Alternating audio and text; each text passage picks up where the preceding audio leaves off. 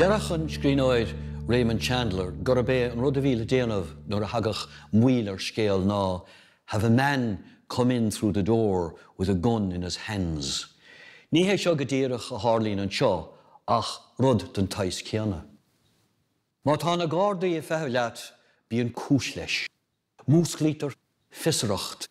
Méadaíonn an visreacht sin nuair thugtar óin go stáisiún an Gardaí áit bhfuil cléanna agus mar tá tugadh le fis de chléanna go bhfuarthas a pártaí marmh. Is sé a pártaí ná cuimhí ná caile óránaí an seanós a bhfuarthas agus scían trína 8. Ní féidir uorscéal bleachtareachta nó uorscéal dún mhara bheith agat gan chorp. Seo é an chéad cheann, ach mar is dúil de scéalta an tóirtsa níor gá gur bé an ceann deireanach fad é. Ín sítar go leor den chabile seo I bhfuirm chórá idir ón agus cléanna rud a chuireann le beocht agus le gluaiseacht an scéal. Níl amna uinneing áfach scaga ná scrúdú anmh an gaidir a bhí chatra cé gur soléir ná chaidir éadra sin.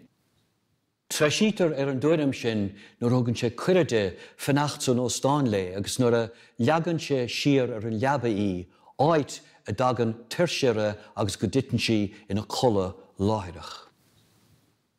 Aríist ardítar an gleo sna línta deireanacha. Músclítar iad le téiteags le ceo deataigh agus bíonartha ló amach as an óstáin. De cheomarasa a bhí ann sa cléanna níl tú sa bhaid an seo na línta deireanacha den chabide. Má tá marthil agus tríchéal an merticá, tá oringna chomá. Má bhí naide cléanna, cén fá amach naide ag ón chomá céanna. Cén fá gur fí heomara in óstáin I lár na catharach trí hinne. Ní héan chairí an chéad chabide leile chun an cheist seo réiteach, mar a zán a héan an plotte in níomhaireacht agus in nainacht.